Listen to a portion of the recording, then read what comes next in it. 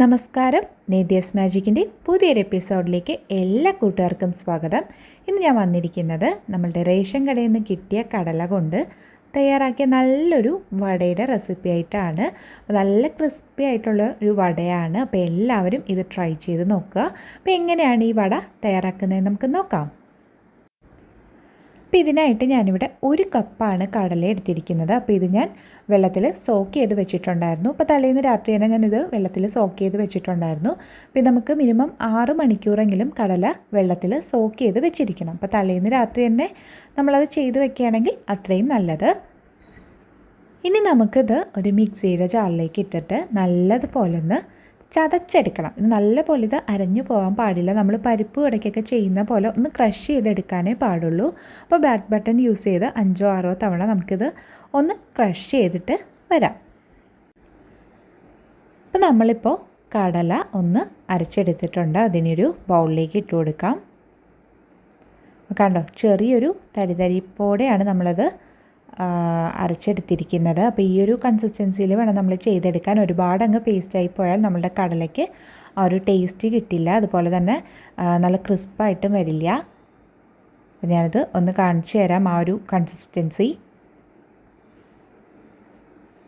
ചെറുതായിട്ടൊന്ന് നമ്മൾ ക്രഷ് ചെയ്തെടുത്തിട്ടുണ്ട്. അപ്പോൾ നല്ലതുപോലെ കുതിർന്നാൽ മാത്രമേ നമുക്കിതുപോലെ ക്രഷ് ചെയ്തെടുക്കാൻ പറ്റുള്ളൂ. അപ്പോൾ ദാ നമ്മളുടെ കടല ഇവിടെ റെഡി ആയിട്ടുണ്ട്. ഇനി അതേ മിക്സിയുടെ ജാറിലേക്ക് നമുക്ക് ഒരു ചെറിയ സവാള ചെറുതായിട്ട് കട്ട് ചെയ്തത് ചേർത്ത് കൊടുക്കാം. പിന്നെ 10-12 കൊച്ചുള്ളി, ചുവന്ന ഉള്ളിയാണ് ഞാനിവിടെ ഒന്ന് കട്ട് ചെയ്തിട്ട് ചേർത്ത് കൊടുക്കുന്നത്. നമുക്ക് സവാള മാത്രമായിട്ട് എടുക്കാം, അതല്ല കൊച്ചുള്ളി മാത്രമായിട്ടും എടുക്കാം. പിന്നെ ഇതിലേക്ക് നമുക്ക് ചേർക്കാനുള്ളത് ഇഞ്ചിയാണ്. ഒരു വലിയ കഷ്ണം ഇഞ്ചി ചെറുതായിട്ട് കട്ട് ചെയ്തതാണ് ഞാൻ ഇതിലേക്ക് ചേർക്കുന്നത്.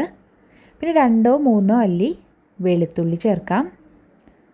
പിന്നെ ഞാനിവിടെ 3 പച്ചമുളകാണ് എടുത്തിരിക്കുന്നത്. അപ്പോൾ കുറച്ച് എരിവുണ്ടെങ്കിൽ ഈ ഒരു വടയ്ക്ക് ആ ഒരു ടേസ്റ്റ് കിട്ടുള്ളൂ. അപ്പോൾ ഞാനിവിടെ 3 പച്ചമുളകാണ് ചേർത്ത് കൊടുക്കുന്നത്. പിന്നെ 2 തണ്ട് കറിവേപ്പില ചേർക്കാം. പിന്നെ മുളക് പൊടിയാണ് ചേർത്ത് കൊടുക്കാനുള്ളത്. ഞാനിവിടെ 1.5 ടീസ്പൂൺ മുളക് പൊടിയാണ് ചേർക്കുന്നത്. അപ്പോൾ മുളക് പൊടി നല്ല എരിവുള്ള മുളക് പൊടിയാണ് ഞാൻ എടുത്തിരിക്കുന്നത്. കാശ്മീരി ചില്ലി ആണെങ്കിൽ നമുക്ക് കുറച്ച് കൂടുതൽ എടുക്കാം. പിന്നെ 1 ടീസ്പൂൺ കായം, അതും കൂടി നമുക്കിതിലേക്ക് ചേർത്ത് കൊടുക്കാം. ഇനി ഈ ഒരു വടയ്ക്ക് ആവശ്യമായ ഉപ്പ് കൂടി നമുക്കിതിലേക്ക് ചേർത്തിട്ട് ഇത് ഒന്ന് ക്രഷ് ചെയ്തെടുക്കണം. അപ്പോൾ ഇതും നല്ലതുപോലെ ഒന്ന് അരഞ്ഞു പോകാൻ പാടില്ല. ഒന്ന് ക്രഷ് ചെയ്തെടുത്തിട്ട് വരാം.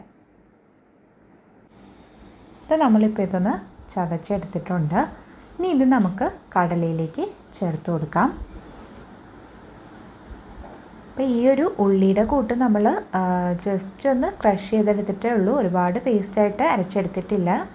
പിന്നെ ഇതിന് മുമ്പ് റവ വെച്ച് ചെയ്യുന്ന ഇൻസ്റ്റൻറ്റ് വടയുടെ റെസിപ്പി ഇട്ടിട്ടുണ്ടായിരുന്നു. അതുപോലെ ബാക്കി വന്ന ചോറ് വെച്ച് ചെയ്യുന്ന വടയുടെ റെസിപ്പി ഇട്ടിട്ടുണ്ടായിരുന്നു. അപ്പോൾ അതിൻ്റെയൊക്കെ ലിങ്ക് ഞാൻ ഡിസ്ക്രിപ്ഷൻ ബോക്സിൽ കൊടുക്കാം. കണ്ടിട്ടില്ലാത്തവരുണ്ടെങ്കിൽ അതൊക്കെ ഒന്ന് കയറി കണ്ട് ട്രൈ ചെയ്ത് നോക്കുക.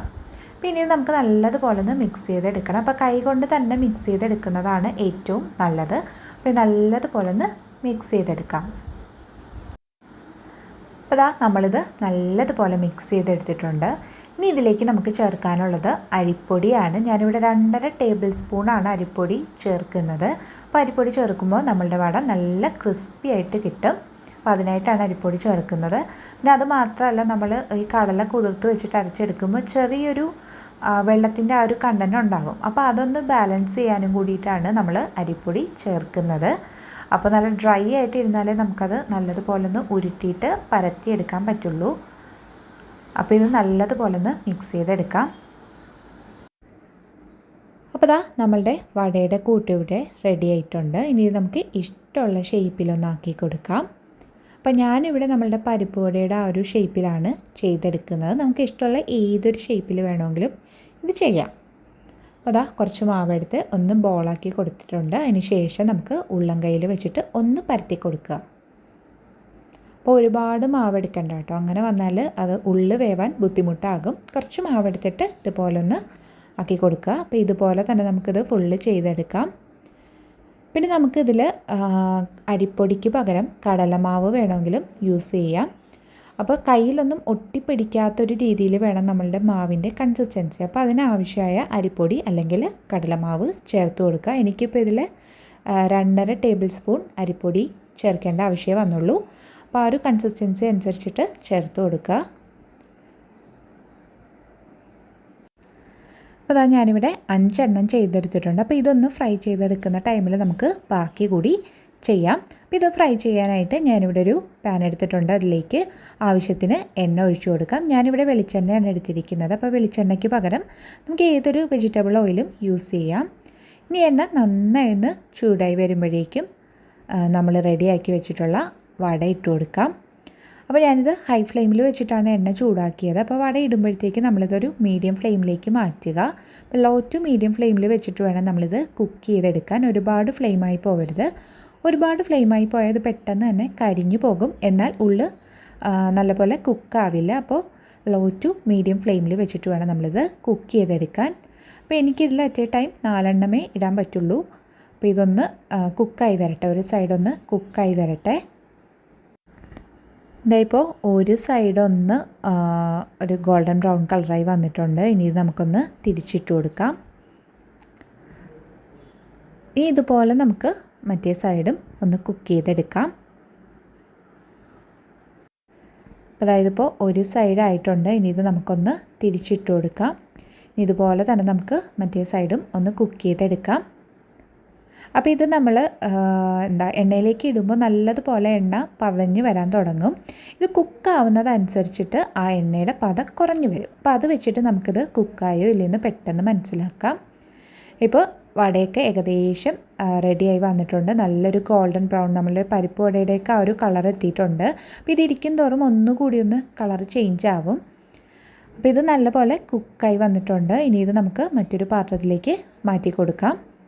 അപ്പോൾ ഇതുപോലെ തന്നെ നമുക്ക് ബാക്കിയിരിക്കുന്ന വടയും ചെയ്തെടുക്കാം. അപ്പോൾ വളരെ സിമ്പിളായിട്ട് തയ്യാറാക്കാൻ പറ്റിയ നല്ലൊരു ഈവനിങ് സ്നാക്കാണ്. ഇപ്പോൾ റേഷൻ കടയിൽ നിന്നൊക്കെ കിട്ടുന്നതുകൊണ്ട് എല്ലാവരുടെ വീട്ടിലും മണിക്കടല ഉണ്ടാവും. അപ്പോൾ എല്ലാവരും ഇതൊന്ന് ട്രൈ ചെയ്ത് നോക്കുക. നല്ല ടേസ്റ്റിയാണ്. നമ്മുടെ പരിപ്പ് വടയുടെയൊക്കെ ആ ഒരു ടേസ്റ്റ് തന്നെയാണ്. കടലയാണെന്നൊന്നും നമുക്ക് പെട്ടെന്ന് മനസ്സിലാവില്ല. അപ്പോൾ എല്ലാവരും ഇതൊന്ന് ട്രൈ ചെയ്ത് നോക്കിയിട്ട് നിങ്ങളുടെ ഫീഡ്ബാക്സൊക്കെ കമൻസിലൂടെ അറിയിക്കുക. ഒപ്പം ഈ വീഡിയോ ഇഷ്ടമായാൽ ലൈക്ക് ചെയ്യാനും അതുപോലെ തന്നെ നിങ്ങളുടെ ഫ്രണ്ട്സിനും റിലേറ്റീവ്സിനും ഒന്ന് ഷെയർ ചെയ്ത് കൊടുക്കാനും മറക്കരുത്. കൂട്ടത്തിൽ എൻ്റെ ചാനൽ ആദ്യമായിട്ട് കാണുന്ന കൂട്ടുകാരുണ്ടെങ്കിൽ ആ സബ്സ്ക്രൈബ് ബട്ടൺ കൂടി ഒന്ന് ക്ലിക്ക് ചെയ്ത് കൊടുക്കുക. സബ്സ്ക്രൈബ് ബട്ടൺ ക്ലിക്ക് ചെയ്യുമ്പോൾ തൊട്ടടുത്തൊരു കുഞ്ഞ് ബെല്ലൈക്കൺ വരും. അതുകൂടി ഒന്ന് ക്ലിക്ക് ചെയ്ത് ഓൾ എന്ന ഓപ്ഷൻ സെലക്ട് ചെയ്താൽ മാത്രമേ ഞാൻ ഇടുന്ന വീഡിയോസിൻ്റെ ഒക്കെ നോട്ടിഫിക്കേഷൻ നിങ്ങൾക്ക് ലഭിക്കുള്ളൂ. അപ്പോൾ ഇതുപോലുള്ള നല്ല നല്ല റെസിപ്പീസുമായി നമുക്ക് വീണ്ടും കാണാം. അതുവരെ thank you, bye, thanks for watching.